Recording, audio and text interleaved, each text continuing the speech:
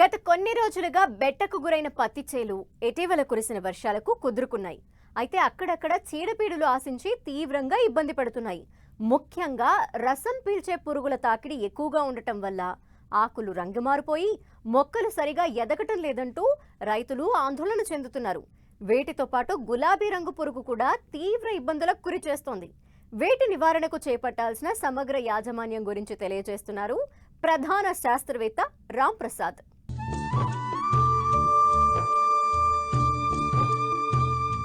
ఈ ఏడాది సకాలంలో సమయానుకూలంగా రైతులు పత్తిని విత్తారు. తరువాత వర్షాలు లేకపోవడంతో 20 రోజుల పాటు పంట బెట్టకు గురైంది. దీంతో రైతులు తీవ్ర ఆందోళనకు గురయ్యారు. అయితే ఇటీవల కురిసిన వర్షాలకు పంట పునరుజ్జీవం పోసుకున్నాయి. ప్రస్తుతం 60 నుంచి 70 రోజుల దశలో పంట ఉంది. ముందుగా విత్తుకున్న రైతుల పొలాల్లో కాయలు కూడా ఉన్నాయి. ఈ దశలో రసం పీల్చు పురుగుల వలన పంటకు అధిక నష్టం జరుగుతుంది.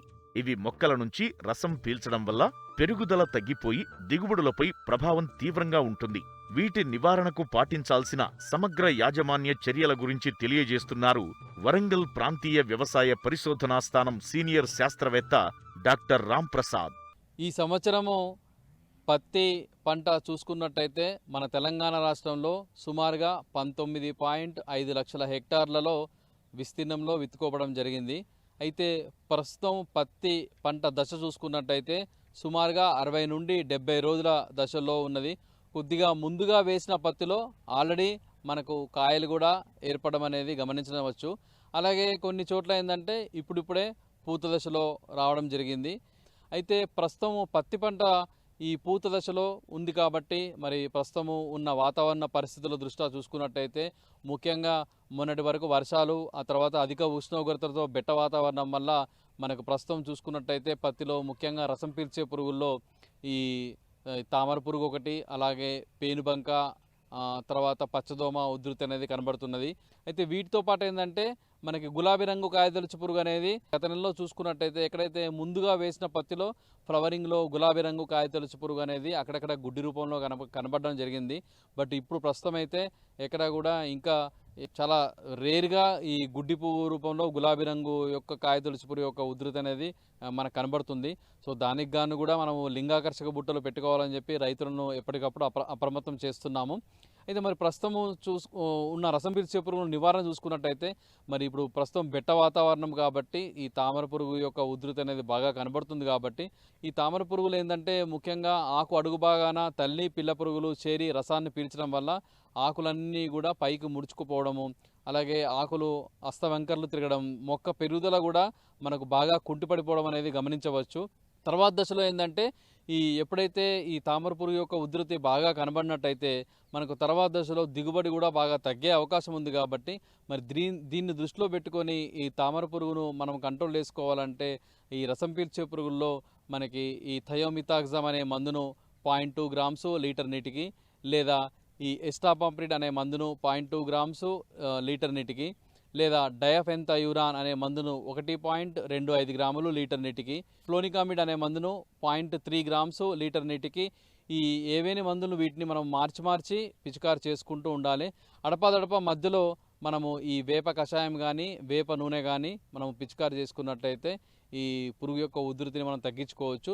తర్వాత ఏంటంటే ఇప్పుడు పచ్చదోమ అలాగే పేనుబంక కూడా కనబడుతుంది. కాబట్టి మరి రెండింటి నివారణకు ముఖ్యంగా ఏంటంటే ఈ పచ్చదోమ వల్ల ఆకులు డొప్పలుగా మారి మరి తర్వాత ఏంటంటే ఎర్రగా ఎరుపు రంగులో మారి ఆకులు కూడా రాలిపోవడం జరుగుతుంది. ఈ పచ్చదోమ ఉధృతి అనేది ఇంకా ఎక్కువైనట్టయితే తర్వాత దశలో ఏంటంటే పంట పెరుగుదల కూడా బాగా తగ్గిపోయి పూతాకాత కూడా రాలిపోయే అవకాశం ఉంది. కాబట్టి అలాగే కిరణజన్య సంయోగక్రియ కూడా బాగా తగ్గిపోయే అవకాశం ఉంది. కాబట్టి దీని ద్వారా మనకేమవుతుందంటే ఈ కాయ సైజు కూడా బాగా తగ్గిపోయి అంటే పరిపక్వానికి రాకముందే పడిపోవడము అనేది కూడా మనం జరుగుతుంది. కాబట్టి సో ఈ పచ్చదోమ నివారణకు కూడా మనం ఏంటంటే ముందు జాగ్రత్తగానే ఈ వేప కషాయము వేప నూనె లాంటి మనము మందులు పిచికారి చేసుకున్నట్టయితే ఈ ఆకు లోపలికి చొప్పించి ఇవి గుడ్లు పెడతాయి. కాబట్టి మరి లోపల ఉన్న గుడ్లను కూడా మనము ఈ వేప కషాయం కానీ వేప నూనె ద్వారా కానీ నివారించుకోవచ్చు. మనము మందుల్లో చూసుకున్నట్టయితే ఫిప్రోనిల్ అనే మందును 2 ml లీటర్ నీటికి, లేదా ఈ ఎస్టామాప్రిడ్ అనే మందును 0.2 గ్రామ్స్ లీటర్ నీటికి, లేదా ఇమిడాక్లోపిడ్ అనే మందును 0.25 ml లీటర్ నీటికి, లేదా ఫ్లోనికామిడ్ అనే మందును 0.3 గ్రామ్స్ లీటర్ నీటికి, లేదా సల్ఫాక్సోఫ్లోర్ అనే మందును 1 గ్రాము లీటర్ నీటికి, ఈ మందులను మనము మార్చి పిచికారి చేసుకోవాలండి. ఎందుకంటే రసం పీల్చే పురుగులను ఒకే మందును మనము 2-3 సార్లు వరుసగా వాడినట్టయితే ఈ పురుగుల్లో రోగనిరోధక శక్తి అనేది కూడా అభివృద్ధి చెంది మనకు ఈ పురుగును కంట్రోల్ నివారణ అనేది ఇబ్బందికరంగా మారే పరిస్థితి ఉంది. కాబట్టి సో ఈ రసం పీల్చే పురుగులను మనము కంట్రోల్ చేసుకోవాలంటే మందులను మార్చి పిచికారి చేసుకుంటూ అడపాదడప ఈ వేప కషాయం కానీ వేప నూనె లాంటి మందులను కంపల్సరిగా కలిపి పిచికారి చేసుకోవాలి. వరుసగా కురిసిన వర్షాలకు కలుపు మొక్కలు విపరీతంగా పెరిగాయి. వీటి వల్ల పిండి నల్లి ఆశించే అవకాశం ఉంది. కాబట్టి తగిన జాగ్రత్తలు చేపట్టాలి. అంతేకాదు, మధ్యలో బెట్ట పరిస్థితులు ఎదురైనప్పుడు ఎదుగుదల ఆగిపోతుంది. ఈ సమయంలో పైపాటుగా ఎరువులు, సూక్ష్మ పోషకాలను అందించాలి. వాతావరణ పరిస్థితుల కారణంగా గులాబీ రంగు పురుగు ఆశించే అవకాశముంది. రైతులు ముందస్తుగా తగు జాగ్రత్తలు తీసుకోవాలి.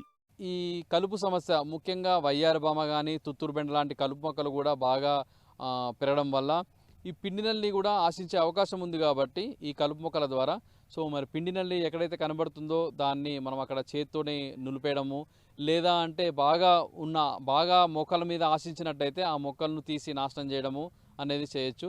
లేదా చాలా చోట్ల అక్కడక్కడ కనపడుతుంది అంటే మనము ఈ రసాయన మందుల్లో కూడా ఈ ప్రొఫెనోఫాస్ అనే మందును 3 ml లీటర్ నీటికి, ఈ ప్రొఫెనోఫాస్తో పాటు మనకు శాండోవిట్ కానీ ధనువిట్ కానీ మనకు మార్కెట్లో గమ్ము దొరుకుతుంది. సో దాన్ని 1 ml లీటర్ నీటికి కలుపుకొని పిచికారి చేసుకోవాలి. లేదు అంటే మనం ఇంట్లో వాడుకునే సర్ఫ్ పౌడర్ 1 గ్రాము లీటర్ నీటికి కలిపి కూడా పిచికారి చేసుకున్నట్టయితే ఈ పిండి నల్లిని మనము ఈజీగా నివారించుకోవచ్చు. అలాగే ఏంటంటే మనకు ఈ పంట పూత దశలో ఉంది కాబట్టి మరి ఇప్పుడిప్పుడే వర్షాలు పడుతున్నాయి, మధ్యలో బెట్ట వాతావరణం కూడా వస్తుంది. కాబట్టి మరి గులాబీ రంగు కాయతొలుచు పురుగు ఆశించే అవకాశం ఉంది. కాబట్టి మరి ముందస్తుగా ప్రతి ఒక్క రైతులు కూడా ఎకరానికి కనీసం ఒక 4 లింగాకర్షక బుట్టలు పెట్టుకొని పురుగుపై ఎప్పటికప్పుడు నిఘా పెట్టుకున్నట్టయితే మనకి ముందు జాగ్రత్తగానే ఈ గుడ్డి పూల దశలోనే మనము గుడ్డి పూల్లో ఏరేసి నాశనం చేసినట్టయితే చాలా వరకు ఈ పురుగు యొక్క ఉధృతిని, వ్యాప్తిని కూడా మనం తగ్గించుకునే అవకాశం ఉంది. అలాగే ఉధృతిని బట్టి ఒకవేళ గుడ్డి పూలు బాగా కనబడుతున్నట్టయితే వాటిని ఏరివేసి నాశనం చేయడము ఎప్పటికప్పుడు. తర్వాత ఏంటంటే రసాయన మందుల్లో కూడా ఈ గుడ్లను చంపే శక్తి ఉన్న మందులను మనం పిచికారి చేసుకోవాలి. వాటిలో మనకి ప్రొఫెనోఫాస్ 2 ml లీటర్ నీటికి, లేదా థయోడికార్బ్ అనే మందును 1.5 గ్రాములు లీటర్ నీటికి, లేదా క్లోరోపైరిపాస్ అనే మందును 2.5 ml లీటర్ నీటికి కలిపి మనము ఈ సాయంత్రం వేళలో పిచికారి చేసుకున్నట్టయితే ఈ గులాబీ రంగు కాయతొలుచు పురుగు యొక్క గుడ్లను కూడా మనము చంపుకునే అవకాశం ఉంది. తర్వాత ఏంటంటే మనకి ఇప్పుడు ప్రస్తుతము వర్షాలు పడుతూ మధ్యలో బెట్ట వాతావరణం ఉంది. కాబట్టి మరి వర్షాలు పడినప్పుడు ఏంటంటే పత్తి పెరుగుదల కోసం అని చెప్పేసి మనం పైపాటుగా ఎరువులను వేసుకోవడం అనేది చాలా ఇంపార్టెంట్. కాబట్టి మరి ఎరువుల్లో కూడా మనం ఎకరానికి ఒక 25 కేజీల యూరియా, అలాగే ఒక 10 నుండి 15 కేజీల పొటాషు మనము ఇచ్చుకున్నట్టయితే చాలా వరకు పెరుగుదల అనేది బాగుంటుంది.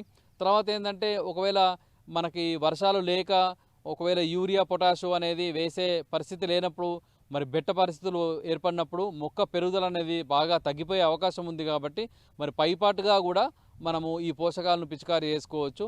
ముఖ్యంగా ఇప్పుడు పోషకాలను పిచికారి చేసుకోవాలి అనుకుంటే మనము ఈ 3 పంతొమ్మిది ఒక 10 గ్రాములు లీటర్ నీటికి, అలాగే ఈ సూక్ష్మ పోషకాల మిశ్రమాన్ని అంటే మనకు మార్కెట్లో గ్రోత్, ఫార్ములా 1, అగ్రోమిన్ మ్యాక్స్ అని చెప్పి మార్కెట్లో దొరుకుతున్నాయి. కాబట్టి వీటిని కూడా మనం 5 గ్రాములు లీటర్ నీటికి కలిపి మనం పిచికారి చేసుకున్నట్టయితే అటు సూక్ష్మ పోషకాల నివారణతో పాటు ఈ ఎన్పికే లోపాలు కూడా అంటే నత్రజని, భాస్వరం, పొటాషియం సంబంధించిన లోపాలు కూడా ఉండకుండా మనకేంటంటే పంట పెరుగుదల కూడా ఎటువంటి ఇబ్బంది లేకుండా మా పెరుగుదల అనేది నార్మల్గా ఉంటుంది. కాబట్టి సో ఇలాంటి బెట్ట వాతావరణ పరిస్థితుల్లో పోషకాలను మాత్రం అడపాదడప మనం పిచికారి చేసుకోవాలి.